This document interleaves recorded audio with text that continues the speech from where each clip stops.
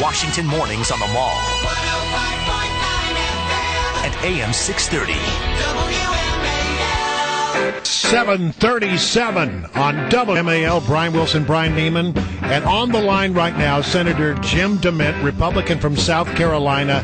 Senator, good morning. How are you? Well, good morning, Brian and Brian. Great to be with you. All right, I want to start out by talking about Obamacare. We could see a ruling from the high court any day now, and one of the things that might happen is the entire law might be struck down. And many people look at the law and say, yeah, I don't like that mandate part of it, but there are some things within the law that I do like. Specifically, many people like the idea of being able to keep your kids on your insurance when they, get a little older.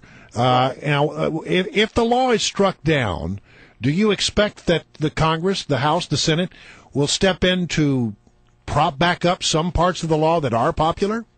I think it would be a mistake for us to keep aspects of the law as they are, because everything is built on this idea of central control or government management of health care, mandating to insurance companies what they cover and what they don't.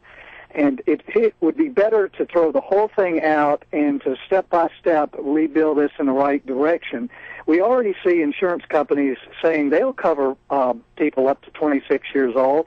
A lot of the reason they hadn't done that in the past is that employers have tried to keep the costs down for their employees, so they cut it off at a certain age. But I had all four of my children age off of my plan since I came to Congress, and I had to shop on the individual market for them until they got their own. Mm-hmm. But there's a downside of insurance covering children older and older. My goal is that every American would have a health plan that they could own, afford, and keep.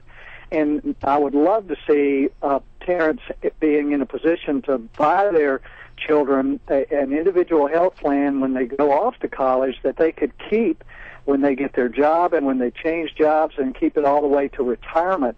And so that should be our focus, is not to mandate all these things to the insurance companies, but to create a vibrant market where there are a lot of choices for people. And if someone wants to buy a health plan where they cover their children up to 26 or 30, then that should be their choice.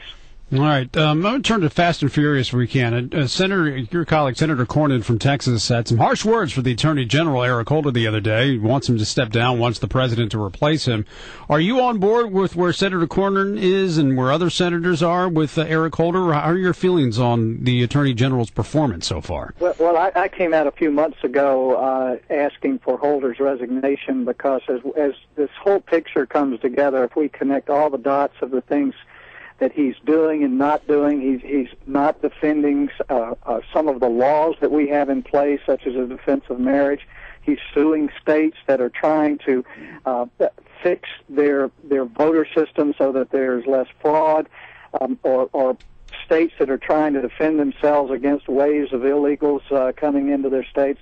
And then this Fast and Furious thing, we talk about the one border guard who was killed with these guns, but it's likely hundreds of the Mexicans have been killed in the drug wars using these guns, and he has just been less than forthcoming, let's put it that way, on the things that have been asked for.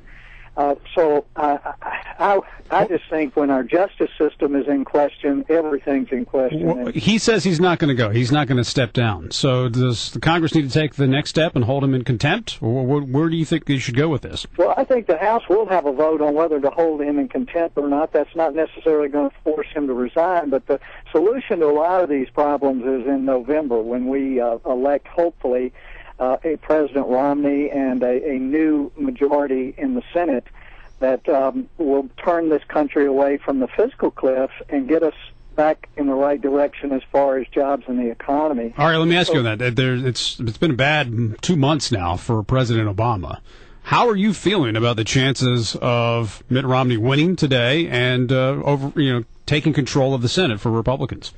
Well, I'm optimistic because I know Mitt Romney personally, and he comes across, when you know him, and you know Ann, you'd just be excited about them being in the White House, and I think Romney's strong and steady leadership. And I think as Americans get to know him better, they're going to feel a lot warmer about him. Right now, I think people see him on TV and they don't have that emotional connection. But he is a very genuine person, and I'm looking forward to Americans getting to know him better. And that gives me a lot of optimism that that he's not only likable, but he's very competent. And that's what we're missing in the White House right now, is someone who really knows how to manage the largest and most complex organization in the world.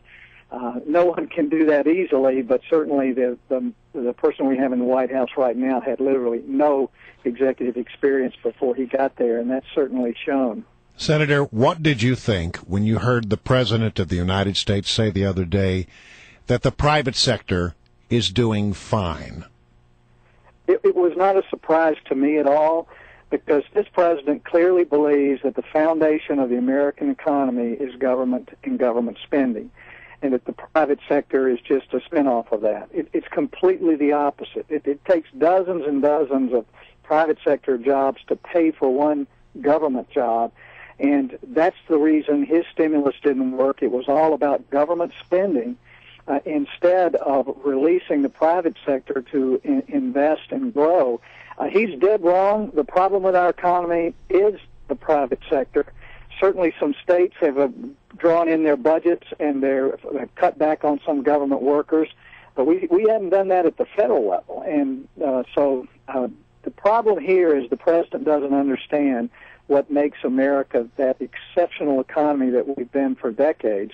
So we need to replace him with someone who understands that the private sector is the foundation of American prosperity. All right, I've heard a rumble, and I really don't know if it's to be taken seriously or not, that there might be something in the works about extending the tax cuts.